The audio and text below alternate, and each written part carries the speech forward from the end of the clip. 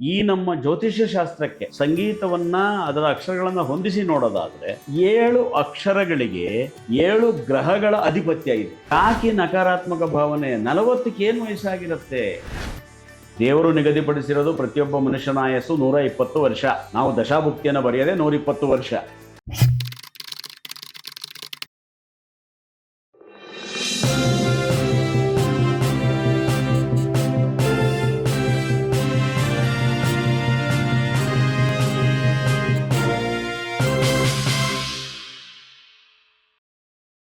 ನಮಸ್ತೆ ವೀಕ್ಷಕರೇ, ಇಲ್ಲಿಯವರೆಗೆ ನಮ್ಮಲ್ಲಿ ಅತ್ಯಂತ ಯಶಸ್ವಿಯಾದಂಥ ಸರಣಿಯನ್ನು ನಿರಂತರವಾಗಿ ಕೊಡ್ತಾ ಬರ್ತಾ ಇರುವಂಥ ಮನೋ ಆಸ್ಟ್ರೋ ನಾಗರಾಜ್ ಕೋಟೆಯವರ ಉದ್ಯೋಗ, ಶಿಕ್ಷಣ ಮತ್ತು ಅದರ ಸುತ್ತಮುತ್ತ 22 ಸಂಚಿಕೆಗಳಲ್ಲಿ ವಿವರವಾಗಿ, ಅರ್ಥಪೂರ್ಣವಾಗಿ ಹೊಸ ಹೊಸ ದಿಕ್ಕುಗಳನ್ನು, ಶೋಧಿತ ಸತ್ಯಗಳನ್ನು ಜ್ಯೋತಿರ್ವಿಜ್ಞಾನದ ನೆಲೆಯಲ್ಲಿ ಮನಮುಟ್ಟುವ ಹಾಗೆ ಇಲ್ಲಿಯವರೆಗೆ ಪ್ರಸ್ತುತಪಡಿಸಿದ್ದನ್ನು ನೀವು ಕೇಳುತ್ತಾ ಬಂದಿರಿ. ಹಾಗಾದರೆ ಮುಂದೇನು? ನಾಗರಾಜ್ ಕೋಟೆಯವರು ಮುಂದೆ ಯಾವ ವಿಷಯವನ್ನು ಇಟ್ಟುಕೊಂಡು ನಿಮ್ಮೆದುರು ಬರ್ತಾರೆ ಅನ್ನುವ ಕುತೂಹಲ ನಿಮಗೆ ಇರಬಹುದು. ಯುಗಾದಿ ಬರ್ತಾ ಇದೆ. ಯುಗಾದಿಗೆ ಪಂಚಾಂಗ ಶ್ರವಣ ನಮ್ಮ ಸಂಸ್ಕೃತಿ. ವರ್ಷ ಭವಿಷ್ಯವನ್ನು ಯುಗಾದಿಯ ಹೊತ್ತಿನಲ್ಲಿ ಒಂದು ಮುನ್ನೋಟವನ್ನು ಇಟ್ಟುಕೊಂಡು ನಮ್ಮ ಬದುಕನ್ನು, ಭಾವವನ್ನು ಕಟ್ಟಬೇಕು, ದಿನವನ್ನು ಕಟ್ಟಬೇಕು, ಕ್ಷಣಗಳನ್ನು ಕಟ್ಟಬೇಕು. ನಾವು ಈ ವರ್ಷದಲ್ಲಿ ನಮ್ಮ ಭವಿಷ್ಯ ಹೇಗಿದೆ, ಭವಿತವ್ಯ ಏನಿದೆ, ಇವೆಲ್ಲವನ್ನು ನೋಡಿಕೊಂಡು ಮುಂದೆ ಹೋಗೋದು ನಮ್ಮ ಒಂದು ಪದ್ಧತಿ.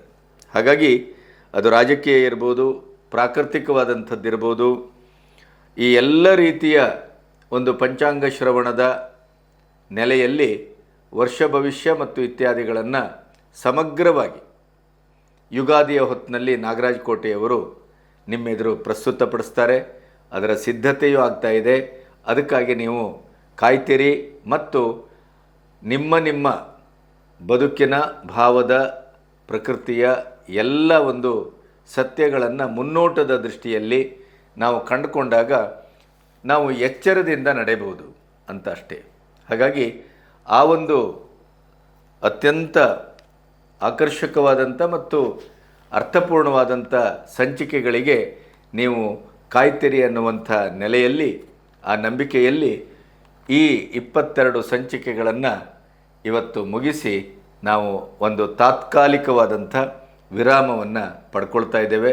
ನಾಗರಾಜ್ ಕೋಟೆಯವರಿಗೆ ನಿಮ್ಮೆಲ್ಲರ ಪರವಾಗಿ, ಯಾಕಂದರೆ ಯಾವುದೇ ರೀತಿಯ ವಿಷಯಗಳನ್ನು ಅವರು ತೆಗೆದುಕೊಂಡರೂ ಕೂಡ ಅದನ್ನು ಆದ್ಯಂತವಾಗಿ ಅಧ್ಯಯನ ಮಾಡುವ ಮೂಲಕ, ಯಾವುದೋ ಒಂದು ರೀತಿಯ ಏನೋ ಹಾರಿಕೆಯ ಉತ್ತರವನ್ನು ಕೊಡುವುದೋ, ಇನ್ನೊಂದೋ ಮಗದೊಂದೋ ಟೇಕನ್ ಫಾರ್ ಗ್ರಾಂಟೆಡ್ಡು, ಅದು ನಾಗರಾಜ್ ಕೋಟೆಯವರ ಒಂದು ವ್ಯಕ್ತಿತ್ವವೂ ಅಲ್ಲ, ಅಧ್ಯಯನವೂ ಅಲ್ಲ, ಮತ್ತು ಅವರ ಪ್ರವೃತ್ತಿಯೂ ಅಲ್ಲ. ಹಾಗಾಗಿ ನಮ್ಮೊಟ್ಟಿಗೆ ಬಹಳ ಒಳ್ಳೆಯ ಒಂದು ಸಂಬಂಧ, ನಮ್ಮ ಸಾಂಗತ್ಯ ಅದು ಸುದೀರ್ಘವಾಗಿ ಮುಂದುವರಿಯುತ್ತದೆ. ಯುಗಾದಿಯ ಭವಿಷ್ಯಕ್ಕಾಗಿ ನಿಮ್ಮನ್ನು ಎದುರು ನೋಡ್ತೇವೆ. ನಮಸ್ತೆ. ಅಲ್ಲ, ನನಗೆ ಆಶ್ಚರ್ಯ ಅಂತಂದರೆ, ಈಗ ಕನ್ನಡದ ಭಾಷೆಗೆ ಐತಿಹಾಸಿಕವಾಗಿ ಇರುವಂಥ ಕಾಲಮಾನದ ಪರಿಕಲ್ಪನೆ ಏನು ಅನ್ನುವಂಥ ಒಂದು ಪ್ರಶ್ನೆ ಹುಟ್ಟುಕೊಳ್ತು. ಹೌದು, ಕಮಲಾಸನ್ ಅವರು ಹರಿಪ್ರಸಂಗ ಮಾಡಿದಾಗ. ಆದರೆ ಈಗ ನಾವು ಕೆದಕ್ತಾ ಹೋದಾಗ ಈಗ ನಾವೇನು ಭಾವಿಸಿದ್ದೇವೆ ಆ 2,500-3,000 ವರ್ಷಗಳಿಗಿಂತ ಇನ್ನೂ ಪ್ರಾಚೀನವೇನೋ ಅಂತ ಅನ್ನಿಸ್ಲಿಕ್ಕೆ ಶುರು ಆಯಿತು ನನಗೆ. ಹೌದು. ಯಾಕೆಂತಂದರೆ ಈಗ ನಮ್ಮ ಕುಂಡಲಿನಿ ಯೋಗ ಇರ್ಬೋದು, ಯೋಗಶಾಸ್ತ್ರ ಇರ್ಬೋದು, ವೇದ ಉಪನಿಷತ್ತುಗಳಿರ್ಬೋದು, ಅಂದರೆ ನಮ್ಮ ಭಾರತೀಯ ಸಂಸ್ಕೃತಿಯ ಒಟ್ಟು ಮಜಲುಗಳೇನಿದೆ ಅದು ತುಂಬ ಪುರಾತನವಾದದ್ದು. ಹೌದು. ಆವಾಗಲೇ ಬೀಜ ಮಂತ್ರವೋ, ಸಾಂಕೇತಿಕ ಮಂತ್ರವೋ, ನಾಮ ಮಂತ್ರವೋ, ಅದಕ್ಕೆ ಕನ್ನಡದ ವರ್ಣಮಾಲೆ, ಅಕ್ಷರಮಾಲೆ ಬಳಕೆಯಾಗಿದೆ ಅಂತ ಆದರೆ ಕನ್ನಡದ ಪ್ರಾಚೀನತೆ ಎಷ್ಟು? ಅಂದರೆ ಈ ಪ್ರಶ್ನೆಯನ್ನು ಪರ್ಯಾಯವಾಗಿ ಕೇಳುವಂಥವರಿಗೆ ನಾವು ಉತ್ತರ ಕೊಟ್ಟಂಗೂ ಆಯ್ತಿದ್ದು. ಹೌದು, ಖಂಡಿತ ಗೊತ್ತಾಯ್ತು ನಿಮಗೆ. ಹೌದು. ಆಮೇಲೆ ಸಂಸ್ಕೃತ ಸಂಸ್ಕೃತ ಸಂಸ್ಕೃತ ಅಂತೇಳಿ ಅಪತ್ಯಗಾರರಿದ್ದಾರಲ್ಲ, ಅಂಥವರಿಗೆ ಸಂಸ್ಕೃತದ ಹೊತ್ತೊತ್ತಿಗೆನೆ ಕನ್ನಡದ ಭಾಷೆಯು ಹೌದು, ನಮ್ಮ ಶಾಸ್ತ್ರ ಪುರಾತನ ಸಂಪ್ರದಾಯಗಳಿಗೆ ಭಾಷೆಯಾಗಿದೆ, ಬಳಸಲ್ಪಟ್ಟಿದೆ ಬಳಸಲ್ಪಟ್ಟಿದೆ. ಅನ್ನುವಂಥದ್ದು.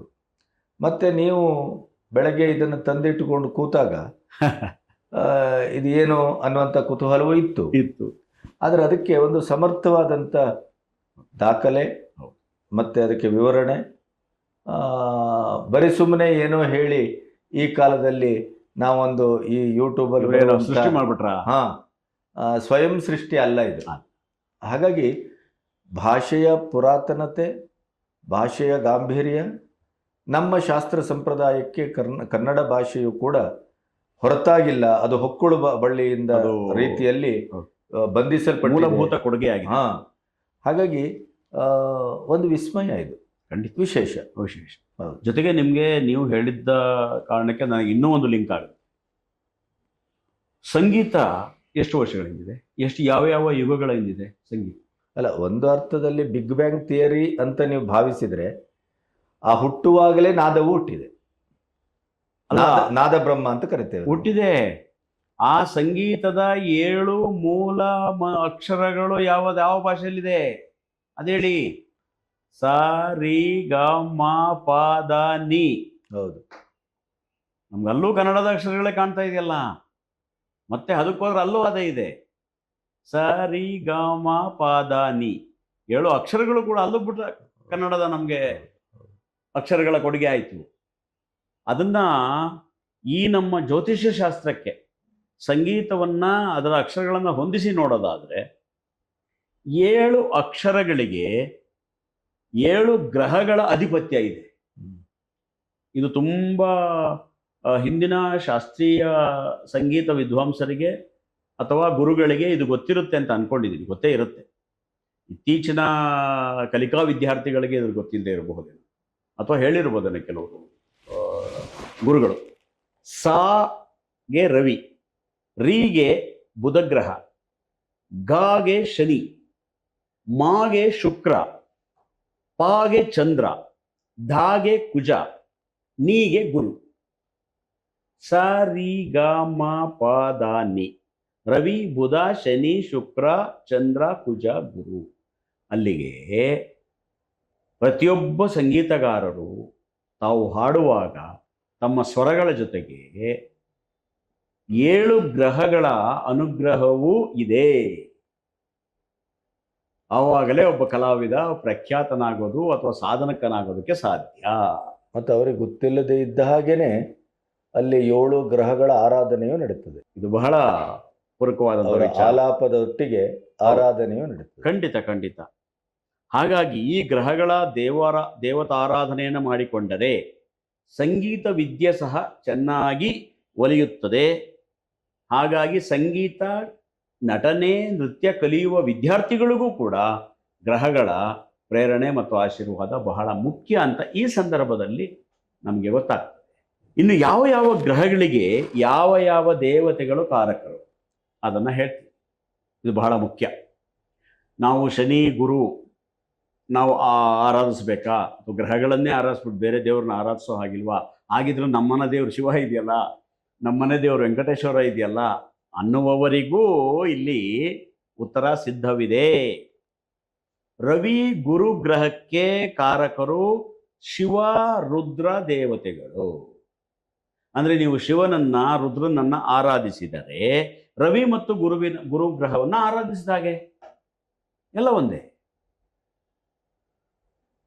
ರಾಹು, ಕೇತು ಗ್ರಹಗಳಿಗೆ ದುರ್ಗಾದೇವಿ, ಸುಬ್ರಹ್ಮಣ್ಯ, ಗಣಪತಿ ಕಾರಕರು. ಕೇತುವಿಗೆ ಗಣಪತಿ ಆರಾಧನೆ ಮಾಡಿ, ಕೇತು ಗ್ರಹ.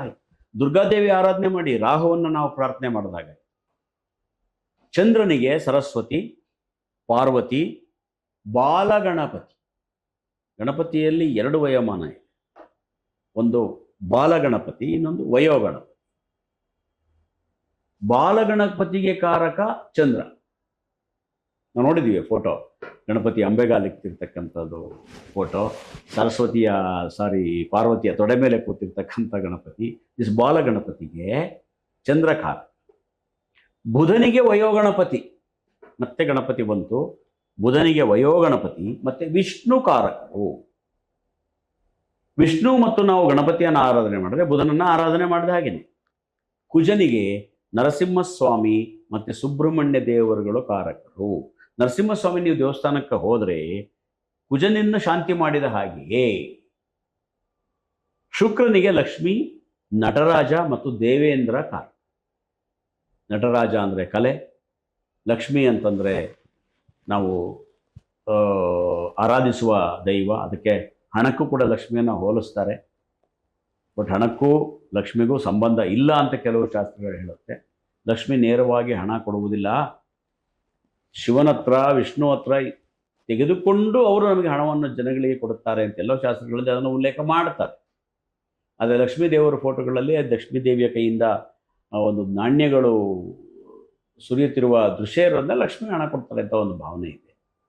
ಆಕ್ಚುಲಿ ಲಕ್ಷ್ಮಿ ಎಲ್ಲದಕ್ಕೂ ಕಾರಕಳೆ, ಬರೀ ಹಣ ಒಂದಲ್ಲ, ಆರೋಗ್ಯ, ಸೌಂದರ್ಯ, ನೆಮ್ಮದಿ, ಎಲ್ಲದಕ್ಕೂ.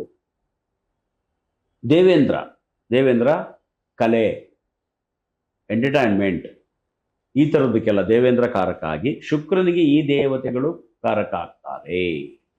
ದೇವೇಂದ್ರ ಮೀನ್ಸ್ ಅದು ಮತ್ತೆ ವಿಷ್ಣುವೇ.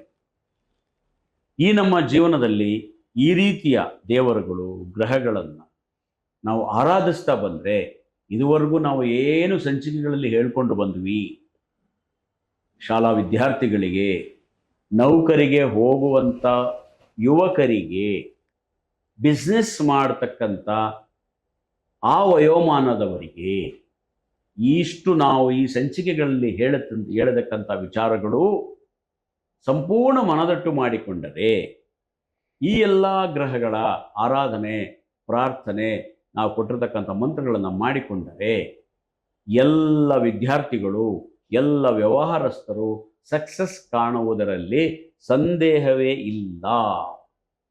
ಕಡೆಯದಾಗಿ ಒಂದು ಅದ್ಭುತವಾದ ವಿಷಯವನ್ನು ಹೇಳ್ತೀನಿ.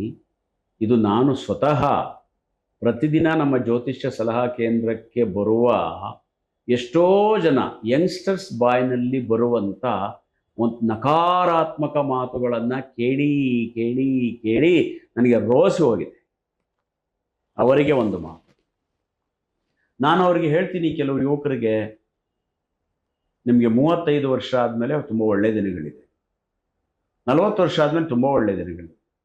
ಅವ್ರ ಬಾಯಲ್ಲಿ ಒಂದೇ ಬರೋದು ಮಾತು, ಸರ್ ಅಷ್ಟೊಂದು ವಯಸ್ಸೇ ಆಗಿಬಿಟ್ಟಿರ್ತಾನೆ. ಯಾಕೆ ನಕಾರಾತ್ಮಕ ಭಾವನೆ? 40ಕ್ಕೆ ಏನು ವಯಸ್ಸಾಗಿರುತ್ತೆ? 45ನೇ ವಯಸ್ಸಿನಿಂದಲೇ ಪ್ರತಿಯೊಬ್ಬ ಮನುಷ್ಯನ ನಿಜವಾದ ಜೀವನ ಪ್ರಾರಂಭವಾಗುತ್ತೆ ಅಂತ ಹಿರಿಯರು, ದೊಡ್ಡವರು ಹೇಳಿದ್ದಾರೆ. 35-40ಕ್ಕೆಲ್ಲ ನನಗೆ ವಯಸ್ಸೇ ಆಗೋಗಿರುತ್ತೆ ಅಂತ ಆ ಭಾವನೆ ತಳೆದರೆ ಸಹನೆಯಲ್ಲಿ ಮತ್ತೆ ಇವ್ರನ್ನ ಮುಂದೆ ದಬ್ಬಾಕ್ತಾರೆ. ಅವರು ಏನು ಮಾಡ್ತಾರೆ? ಅದೊಂದು ದೊಡ್ಡ ನಕಾರಾತ್ಮಕ ಅಂಶವನ್ನು ದಯವಿಟ್ಟು ಇಂದಿನ ಯುವಕ ಯುವತಿಯರು ತಲೆಯಿಂದ ತೆಗೆದು ಹಾಕಿ.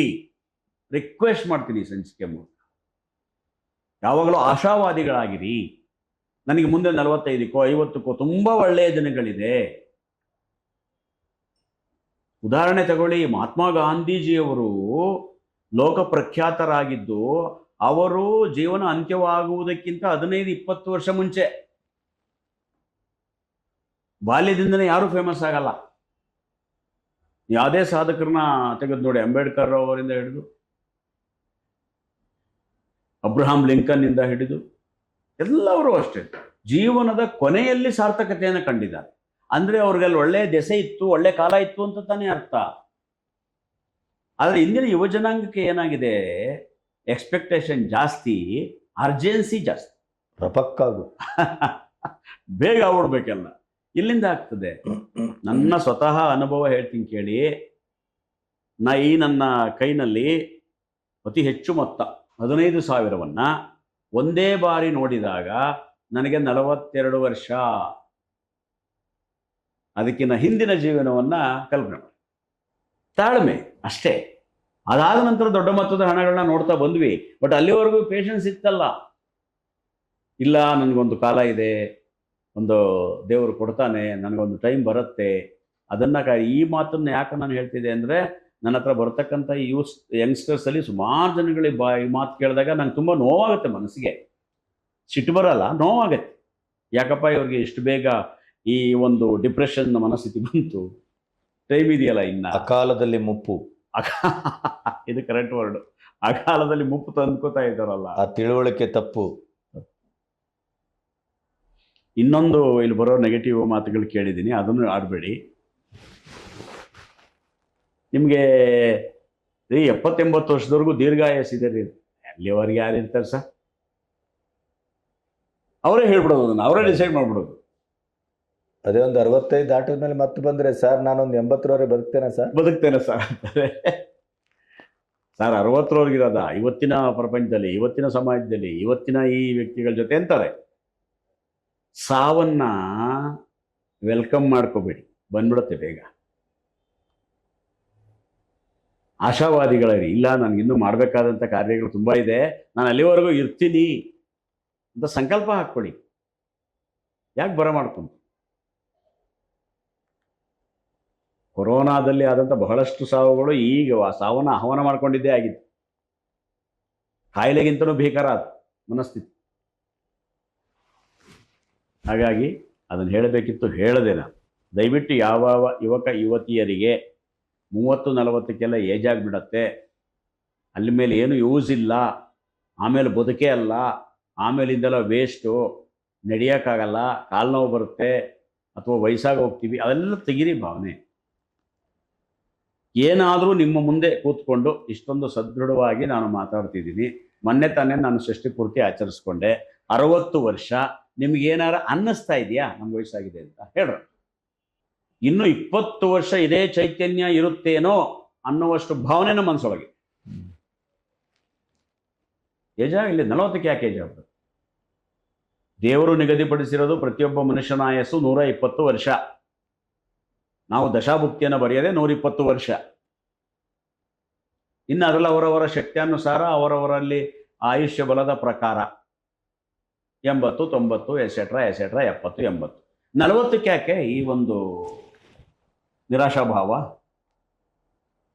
ಅದಕ್ಕೆ ನಾನೊಂದು ಯಾವ ಶಾಸ್ತ್ರದಲ್ಲೂ ಇಲ್ಲ, ಇದು ನಾನೇ ಕ್ರಿಯೇಟ್ ಮಾಡಿರೋ ಒಂದು ಟಿಪ್ಸ್, ಅದು ಕೊಡ್ತೀನಿ, ಫಾಲೋ ಮಾಡಿ. ಅದೇನು ಅಂತಂದರೆ, 30ನೇ ವಯಸ್ಸಿಗೆ ಬಂದಾಗ 15ನೇ ವಯಸ್ಸಿನ ಮನಸ್ಥಿತಿಯನ್ನು ಹಾಕೊಳ್ಳೋದು. ಸಿಂಪಲ್.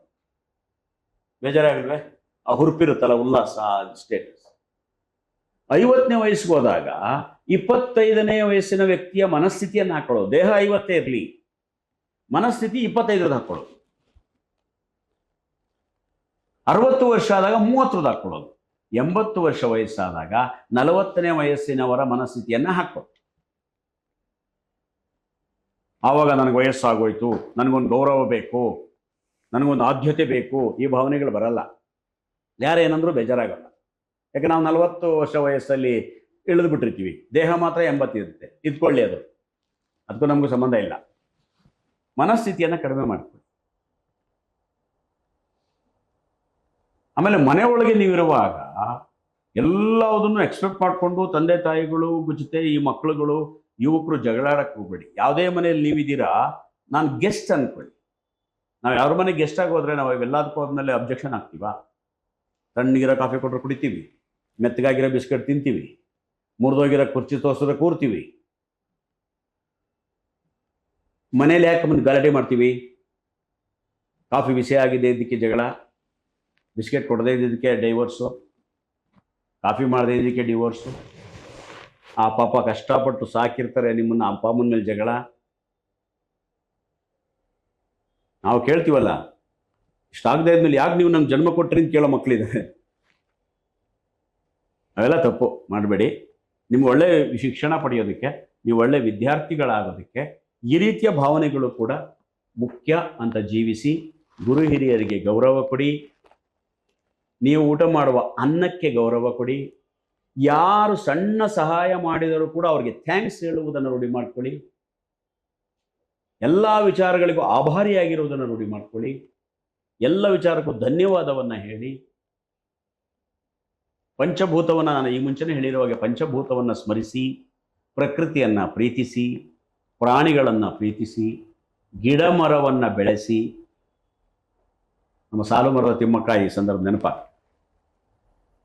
ವೃಕ್ಷಗಳ ಮಾತೆ, ಎಂಥ ಹೆಸರು, ಎಂಥ ಖ್ಯಾತಿಯನ್ನು ವಿದ್ಯಾರ್ಥಿನೇ ಅಲ್ಲ, ವಿದ್ಯಾಭ್ಯಾಸವೇ ಇಲ್ಲ, ಒಟ್ಟು ಪಡೆದೇ ಇರತಕ್ಕಂಥ ಎಂತೆಂಥ ಪ್ರಶಸ್ತಿಗಳು, ಪದ್ಮಶ್ರೀ, ಇಂದಿರಾ ಪ್ರಿಯದರ್ಶಿನಿ. ಜ್ಞಾಪಿಸ್ಕೊಳ್ಳಿ, ಅವ್ರನ್ನ ಆದರ್ಶವಾಗಿ ಇಟ್ಕೊಳ್ಳಿ.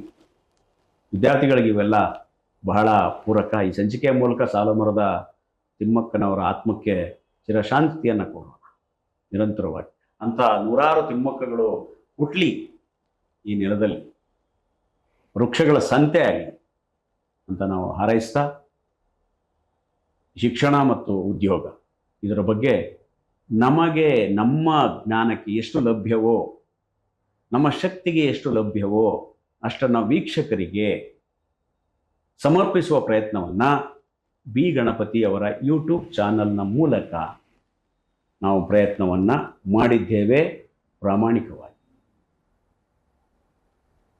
ಈ ಎಲ್ಲ ಸಂಚಿಕೆಗಳನ್ನು ನೋಡಿದ ಮೇಲೆ ನಮಗೆ ಸಂಪರ್ಕಿಸಬೇಕು ನಮ್ಮನ್ನು ಅಂತ ಅನಿಸಿದರೆ ನಂಬರ್ ಇರುತ್ತೆ, ವಿಳಾಸ ಇರುತ್ತೆ, ಸಂಪರ್ಕಿಸಬಹುದು. ಜೊತೆಗೆ ಇಷ್ಟೊಂದು ಅದ್ಭುತವಾದ ವಿಷಯವನ್ನು ತಲುಪಿಸಿದಂಥ ಬಿ ಗಣಪತಿಯವರ ಯೂಟ್ಯೂಬ್ ಚಾನಲ್ಗೆ ಈ ಹಿಂದೆ ಕೂಡ ಹೇಳಿದೆ, ಕಳೆದ ಎಪಿಸೋಡ್ಗಳಲ್ಲಿ, ತನು ಮನದ ಜೊತೆಗೆ ಧನ ಸಹಾಯವನ್ನು ಮಾಡಿ ನೋಡಿ. 2 ಕ್ಯಾಮ್ರಾಗಳು, ಲೈಟ್ಗಳು, ಜೊತೆಯಲ್ಲಿ 3-4 ಜನ ಹುಡುಗರು ಬಂದಿದ್ದಾರೆ. ಇಷ್ಟೂ ಸಂಚಿಕೆಗಳನ್ನು ನಾವು 2 ದಿನ ಚಿತ್ರೀಕರಣ ಮಾಡಿದ್ದೀವಿ. ಖರ್ಚೆಷ್ಟು ಬರುತ್ತೆ ಅವರಿಗೆ? ಯೂಟ್ಯೂಬಲ್ಲಿ ದುಡ್ಡು ಬರುತ್ತಲ್ಲ ಸರ್ ಅಂತ ಬಹಳಷ್ಟು ಜನ ಯೋಚನೆ ಮಾಡ್ತಾರೆ. ನೀವು ಅಂದ್ಕೊಂಡಂಗೆಲ್ಲ ಅದರಲ್ಲಿ ದೊಡ್ಡ ಮಟ್ಟದಲ್ಲೆಲ್ಲ ಹಣ ಬರಲ್ಲ. ಅವ್ರಿಗೂ ಕುಟುಂಬ ಇದೆ. ನಿಮ್ಗೆ ಗೊತ್ತಿರೋ ಹಾಗೆ ಬಿ ಗಣಪತಿಯವರು ಬೇರೆ ಏನು ಕೆಲಸ ಮಾಡ್ತಿಲ್ಲ, ಇದನ್ನೇ ಪ್ರಾಧಾನ್ಯ ಉದ್ಯಮವಾಗಿ ತಗೊಂಡಿದ್ದಾರೆ. ಅವ್ರಿಗೂ ಒಂದು ಕಾಳಜಿ ಒಂದೇ, ಜನರಿಗೆ ಒಳ್ಳೊಳ್ಳೆ ವಿಷಯವನ್ನು ತಲುಪಿಸ್ಬೇಕು, ಸಾತ್ವಿಕ ವಿಚಾರಗಳನ್ನು ತಲುಪಿಸ್ಬೇಕು ಅಂತ. ಅಂಥವ್ರನ್ನ ಉಳಿಸ್ಕೋಬೇಕು, ಸಂಪನ್ಮೂಲ ವ್ಯಕ್ತಿಗಳನ್ನು. ಅವರು ಸಂಪತ್ತು. ನಾನು ಅವ್ರ ಜೊತೆ ಈ ಶೂಟಿಂಗ್ ನಾವು ನಡುವೆ ಊಟಕ್ಕೆ ಅಂತ ಹೋಟೆಲ್ಗೆ ಹೋಗುವಾಗ ಈ ಸೆಲೆಬ್ರಿಟಿ ದೊಡ್ಡ ದೊಡ್ಡ ಸಿನಿಮಾ ಸ್ಟಾರ್ಗಳ ಜೊತೆ ಫೋಟೋ ತೆಗೆಸ್ಕೊಂಡು ತೆಗೆಸ್ಕೊತಾರೆ. ಅವ್ರ ಹತ್ರ ನೋಡಿದೆ, ಸರ್ ನಿಮ್ಮ ಮಾತು ಚೆನ್ನಾಗಿರುತ್ತೆ, ನೇರವಾಗಿ ಮಾತಾಡ್ತೀರಾ, ದಿಟ್ಟವಾಗಿ ಮಾತಾಡ್ತೀರಾ, ಇಂತೆಂಥ ವಿಚಾರ. ದಯವಿಟ್ಟು ಅವರಿಗೆ ಧನ ಸಹಾಯವೂ ಇರಲಿ. QR ಕೋಡ್ ಹಾಕಿರ್ತಾರೆ. ಇವತ್ತು ಒಂದು ಏರಿಯಾದಿಂದ ಇನ್ನೊಂದು ಏರಿಯಾಗೆ ಹೋಗಿ ಒಂದು ನಾಟಕನೋ ಸಿನಿಮಾ ನೋಡಬೇಕಂದ್ರೆ ಪೆಟ್ರೋಲ್ ಚಾರ್ಜ್ 300 ಆಗುತ್ತೆ. ಅಲ್ಲಿ ಯಾವುದೋ ಮಾಹಿತಿ ತಗೊಳ್ಳೋಕ್ಕೆ ಅರ್ಧ ದಿನ ಸಮಯ ವೇಸ್ಟ್ ಆಗುತ್ತೆ ಒಂದು ಮಾಹಿತಿ ತಗೊಳ್ಳೋಕ್ಕೆ. ನಿಮಗೆ ಇಷ್ಟು ಮಾಹಿತಿಗಳು ನಿಮ್ಮ ಕೈಯಲ್ಲಿರುವ ಮೊಬೈಲ್ನ ಮೂಲಕ ನಿಮ್ಮ ಮಲಗಿರುವ ಮಂಚದ ಮೇಲೆ, ನಿಮಗಿರುವ ರೂಮಿನಲ್ಲಿ ಸಿಗ್ತದೆ. ಎಲ್ಲೋ ಆಚೆಗೆ ಬಂದಿಲ್ಲ ಬಿಸಿಲಿಗೆ. ಕೂತ ಜಾಗದಲ್ಲಿಂದ ಇಷ್ಟು ಮಾಹಿತಿ ಕೊಟ್ಟದ್ದಕ್ಕಾಗಿ ನಮ್ಮ ಕಡೆಯಿಂದ ದಕ್ಷಿಣೆ ಪ್ರಸಾದ ಅನ್ನೋ ಭಾವದಲ್ಲಿ 50-100 ಹಾಕಿ ಸದ್ವಿನಿಯೋಗ ಮಾಡ್ಕೊಂಡು ಆಗುತ್ತೆ. ನಿಮಗೆ ದಾನ ಮಾಡದಂಥ ಫಲ ಬರುತ್ತೆ, ದಾನ ಮಾಡಿದಂಥ ಪುಣ್ಯ ಬರುತ್ತೆ. ನಮ್ಮ ಮನೋ ಆಶ್ರೋ ಕೇಂದ್ರಕ್ಕೆ ಬಂದಾಗ ನಮಗೇನು ಕೊಡಬೇಕು ಪ್ರಸಾದ ದಕ್ಷಿಣೆ ಇಲ್ಲಿ ಬಂದಾಗಲೇ ಕೊಡ್ತೀರಾ, ಅದು ಪರವಾಗಿಲ್ಲ ಬಿಡಿ, ನಮಗೇನು ಇಲ್ಲಿ ಹಾಕೋದು ಬೇಡ. ವಾಹಿನಿಗೆ ಮಾತ್ರ ನಾನು ರಿಕ್ವೆಸ್ಟ್ ಮಾಡ್ತೀನಿ. ಹಾಗಾಗಿ ನಿಮ್ಮ ಕೃಪೆ, ಆಶೀರ್ವಾದ, ಪ್ರೋತ್ಸಾಹ ನಿರಂತರ ಇರಲಿ ನಮ್ಮ ಮನೋ ಆಶ್ರೋ ಸಂಸ್ಥೆಯ ಮೇಲೆ ಹಾಗೂ ಬಿ ಗಣಪತಿಯವರ ಯೂಟ್ಯೂಬ್ ಚಾನಲ್ ಮೇಲೆ ನಿರಂತರವಾಗಿರಲಿ ಅಂತ ಹೇಳ್ತಾ ಈ ಸಂಚಿಕೆಯನ್ನು ನಿಮಗೆ ಸಮರ್ಪಿಸ್ತಾ ಇದ್ದೀವಿ. ಓಂ ನಮೋ ಭಗವತೆ ವಾಸುದೇವಾಯ ತೇ ನಮಃ. ಓಂ ನಮೋ ಭಗವತೆ ಪಾಂಡುರಂಗಾಯ ತೇ ನಮಃ. ಓಂ ನಮೋ ಭಗವತೆ ಜಗನ್ನಾಥಾಯ ತೇ ನಮಃ. ಸರ್ವಮಂಗಳ ಮಾಂಗಲ್ಯೆ ಶಿವೆ ಸರ್ವಾರ್ಥ ಸಾಧಕೆ ಶರಣ್ಯೆ ತ್ರಯಂಬಕೆ ದೇವಿ ನಾರಾಯಣಿ ನಮೋಸ್ತು. ಕೃಷ್ಣಾರ್ಪಣಮಸ್ತು, ಕೃಷ್ಣಾರ್ಪಣಮಸ್ತು, ಕೃಷ್ಣಾರ್ಪಣಮಸ್ತು. ಸರ್ವೇ ಜನೋ ಸುಖಿನೋ ಭವಂತು, ಸರ್ವೇ ಜನೋ ಸುಖಿನೋ ಭವಂತು. ವೀಕ್ಷಕರೇ, ಇಲ್ಲಿಯವರೆಗೆ ಸುದೀರ್ಘವಾಗಿ ನಾವು ನಾಗರಾಜ್ ಕೋಟೆಯವರು ಕೂತರು ಅಂತಂದರೆ ಅದು ಬ್ರಹ್ಮಾಂಡ ವಿಶ್ಲೇಷಣೆ ಅಂತಲೇ ಲೆಕ್ಕ. ಹಾಗಾಗಿ ಬಹಳ ನೇರವಾಗಿ ಆಧಾರಪೂರ್ವಕವಾಗಿ ಎಲ್ಲವನ್ನು ಹುಡುಕಿ ಯಾವುದೂ ಅನರ್ಥ ಇಲ್ಲದೇನೆ ಸತ್ಯದ ತಲೆಗೆ ಹೊಡೆದ ಹಾಗೆ ಜ್ಯೋತಿಷ್ಶಾಸ್ತ್ರವನ್ನು ವೈಜ್ಞಾನಿಕ ನೆಲೆಯಲ್ಲಿ ವಿಶ್ಲೇಷಿಸುವಂಥ ಇವತ್ತಿನ ಕಾಲದಲ್ಲಿ ಅದರ ಎಲ್ಲ ಅಂಗೋಪಾಂಗಗಳನ್ನು ಇಟ್ಕೊಂಡು ಮಾತಾಡಿದ್ದನ್ನು ಕೇಳಿದ್ರಿ. ನಮ್ಮ ವಾಹಿನಿಯ ಬಗ್ಗೂ ಅವರು ಅತ್ಯಂತ ಪ್ರೀತಿ, ಕಾಳಜಿ, ಕಳಕಳಿಯಿಂದ ಮಾತಾಡಿದರು. ವರ್ತಮಾನದಲ್ಲಿ ಸತ್ಯದ ದಾರಿ ಕಠಿಣದ ದಾರಿ, ಅದು ಪ್ರಾಮಾಣಿಕತೆಯ ದಾರಿ ಬಹಳ ರೂಕ್ಷ ದಾರಿ. ಇನ್ನು ಕಂಡದ್ದನ್ನು ಕಂಡ ಹಾಗೆ ಹೇಳಿ ಬದುಕುವುದು ಬಹಳ ಕಷ್ಟ ಇದೆ. ಅಪತ್ಯವಾದಾಗ ಸತ್ಯಕ್ಕೆ ಸಂವಾದದ ದಾರಿ ಅಂತ ಒಂದಿದೆ, ಅದೀಗಿಲ್ಲ. ಈಗ FIR ದಾರಿ. ಹಾಗಾಗಿ ಆ ಥರದ್ದೆಲ್ಲವನ್ನು ನಿಭಾಯಿಸಿಕೊಂಡು ಈ ದೇಶದ ಸನಾತನತೆ, ನಮ್ಮ ಅಸ್ಮಿತೆ, ನಮ್ಮ ಶಾಸ್ತ್ರ, ನಮ್ಮ ಸಂಪ್ರದಾಯ, ನಮ್ಮ ವಿದ್ವತ್ತು ಇವೆಲ್ಲವನ್ನು ಇಟ್ಕೊಂಡು ಒಂದು ಚಾನಲ್ ನಡೆಸೋದು ಅದು 7 ಕೆರೆ ಅಲ್ಲ 17 ಕೆರೆ ನೀರು ಕುಡಿದಷ್ಟು ತ್ರಾಸದಾಯಕ, ಕಷ್ಟದಾಯಕ, ಶ್ರಮದಾಯಕ. ಆದರೆ ನಮಗೆ ಆ ಪ್ರಾಮಾಣಿಕತೆಯೇ ನಮ್ಮ ಒಂದು ಅಸ್ಮಿತೆ ಅಂತ ನಾವು ಭಾವಿಸಿರೋದ್ರಿಂದ ಆ ಕಷ್ಟ, ಆ ದುರ್ಗಮದ ದಾರಿ ಕೂಡ ಮುಂದೊಂದು ದಿನ ನಿಮ್ಮೆಲ್ಲರ ಪ್ರೀತಿ, ವಿಶ್ವಾಸ, ಹರಕೆ, ಹಾರೈಕೆ, ಬೆಂಗಾವಲು ಅದು ಹೂವಿನ ಹಾಸಿಗೆ ಆದಿತ್ತು ಅಂತ ಒಂದು ಭರವಸೆ. ಹಾಗಾಗಿ ಇದು ಮುಂದುವರಿಯುತ್ತದೆ. ಅದು ಯಾವುದೇ ಸವಾಲುಗಳು ಎದುರಾಗಲಿ, ಯಾವುದೇ ರೀತಿಯ ಅಸ್ತ್ರಗಳ ಶಸ್ತ್ರಗಳ ಮೂಲಕ ಅವರು ನಮ್ಮನ್ನು ಎದುರಿಸ್ಲಿಕ್ಕೆ ಬರಲಿ, ನಾವು ಸರ್ವೇ ಜನ ಸುಖಿನೋ ಭವಂತು ಅಂತ ಅವರಿಗೆ ಹೇಳಿದಾಗೆ ಒಂದು ಅಖಂಡ ಭಾರತಕ್ಕಾಗಿ, ಸಮಗ್ರ ಭಾರತಕ್ಕಾಗಿ, ನಮ್ಮ ಭಾರತ ಮಾತೆಯ ಒಂದು ಕೈಂಕರ್ಯವನ್ನು ಮಾಡುವುದಕ್ಕಾಗಿ ನಾವು ಕಟಿಬದ್ಧರಾಗಿದ್ದೇವೆ ಮತ್ತು ಸಶಕ್ತರಾಗಿದ್ದೇವೆ. ನಾವು ಅದನ್ನು ಮುಂದುವರಿಸ್ತೇವೆ. ಹಾಗಾಗಿ ನೀವು ಸ್ವಲ್ಪ ನಮಗೆ ಆರ್ಥಿಕವಾಗಿ ಈ ಸ್ವತಂತ್ರ ಪತ್ರಿಕೋದ್ಯಮಕ್ಕೆ ಇವೆಲ್ಲವನ್ನು ಎದುರಿಸಬೇಕು. ಕೋರ್ಟು, ಕಚೇರಿ, ಮಣ್ಣು, ಮಸಿ ಎಲ್ಲವನ್ನ ಎದುರಿಸ್ಕೊಂಡು ಒಂದು ವಾಹಿನಿಯಲ್ಲಿ ನಮ್ಮ ಧ್ವನಿಪೂರ್ಣವಾದಂಥ ದೇಶಕ್ಕಾಗಿ ನಾವು ಅನ್ನುವಂಥ ಈ ಧ್ಯೇಯವಾಕ್ಯವನ್ನು ಇಟ್ಕೊಂಡು ಮುನ್ನಡೆಯುವಾಗ ಸ್ವಲ್ಪ ಆರ್ಥಿಕ ಸಾಮರ್ಥ್ಯ ನಮ್ಮನ್ನು ಕಾಪಾಡುತ್ತೆ, ಅದು ಆಯಕಟ್ಟಿನ ಜಾಗದಲ್ಲಿ. ಹಾಗಾಗಿ ದಯವಿಟ್ಟು ನಮಗೆ ಸಹಕಾರ ಮಾಡಿ, ಸಹಾಯ ಮಾಡಿ, ನಮ್ಮೊಟ್ಟಿಗಿರಿ. ಇಂಥ ನೂರಾರು ಸಂಚಿಕೆಗಳನ್ನು ಮತ್ತೆ ಮತ್ತೆ ನಾವು ನಿಮ್ಮೆದುರು ತರ್ತೇವೆ, ಆ ವಿಶ್ವಾಸ ಇದೆ. ನಾಗರಾಜ ಕೋಟೆಯವರಂತೂ ವರ್ಷದಲ್ಲಿ ಅವರು ನಮಗಾಗಿಯೇ ಒಂದು 3 ತಿಂಗಳ ಅಧ್ಯಯನಕ್ಕೆ ಇಡ್ತಾ ಇದ್ದಾರೆ. ಹಾಗಾಗಿ ಆ ಅಧ್ಯಯನದ ಮೂಲಕ ಈ ಮಾತುಗಳು ಹೊರಗೆ ಬರ್ತವೆ. ಈ ಸುಮ್ಮನೆ ನಿನ್ನೆ ನಾನು ಫೋನ್ ಮಾಡೋದು, ಕೋಟೆಯವರು ಹೇಗಿದ್ದೀರಿ, ಹಾಂ ಬಂದ್ಬಿಡಿ ನಾಳೆ ಮಾಡ್ಬೋಣ, ನೋ. ಇವತ್ತಿಗೆ ಈ ಸಂಚಿಕೆ ಮುಗಿಸ್ತಾ ಇದ್ದೇವಲ್ಲ ಸರಣಿಯನ್ನು, ಇನ್ನು 3-4 ತಿಂಗಳ ನಂತರ ಅವರಿಂದ ಒಂದು ಫೋನ್ ಬರುತ್ತೆ ನನಗೆ. ಸರ್ ಐ ಆಮ್ ರೆಡಿ, ನಾನು ರೆಡಿ ಇದ್ದೇನೆ, ನೀವಿದ್ದೀರಾ ಗಣಪತಿಯವರೇ? ಆವಾಗ ನಾವೊಂದು ಡೇಟೆಲ್ಲ ಫಿಕ್ಸ್ ಮಾಡಿಕೊಂಡು ಅವರು ಮನೆಗೆ ಬಂದು 1 ದಿನ 2 ದಿನ 3 ದಿನ ಈ ಥರ ವಿಡಿಯೋವನ್ನು ಮಾಡಿ ನಿಮಗೆ ಕೊಡ್ತಾ ಇದ್ದೇವೆ. ನಾನು ಯಾಕೆ ಇದನ್ನು ಹೇಳ್ತಾ ಇದ್ದೇನೆ ಅಂತಂದರೆ, ಇದರ ಹಿಂದೆ ಒಂದು ತಪಸ್ಸಿದೆ, ಇದರ ಹಿಂದೆ ಒಂದು ಅಧ್ಯಯನ ಇದೆ, ಇದರ ಹಿಂದೆ ಹುಡುಕಾಟ ಇದೆ, ಇದರ ಹಿಂದೆ ಓದಿದೆ. ಹುಡುಗಾಟಿಕೆ ಮಾಡ್ತಾ ಇಲ್ಲ. ಹುಡುಗಾಟಿಕೆ ಮಾಡಿದ ಯಾವುದೂ ಉಳಿಯುವುದೂ ಇಲ್ಲ, ನೆನಪಿಡಿ. ನಮಸ್ತೆ.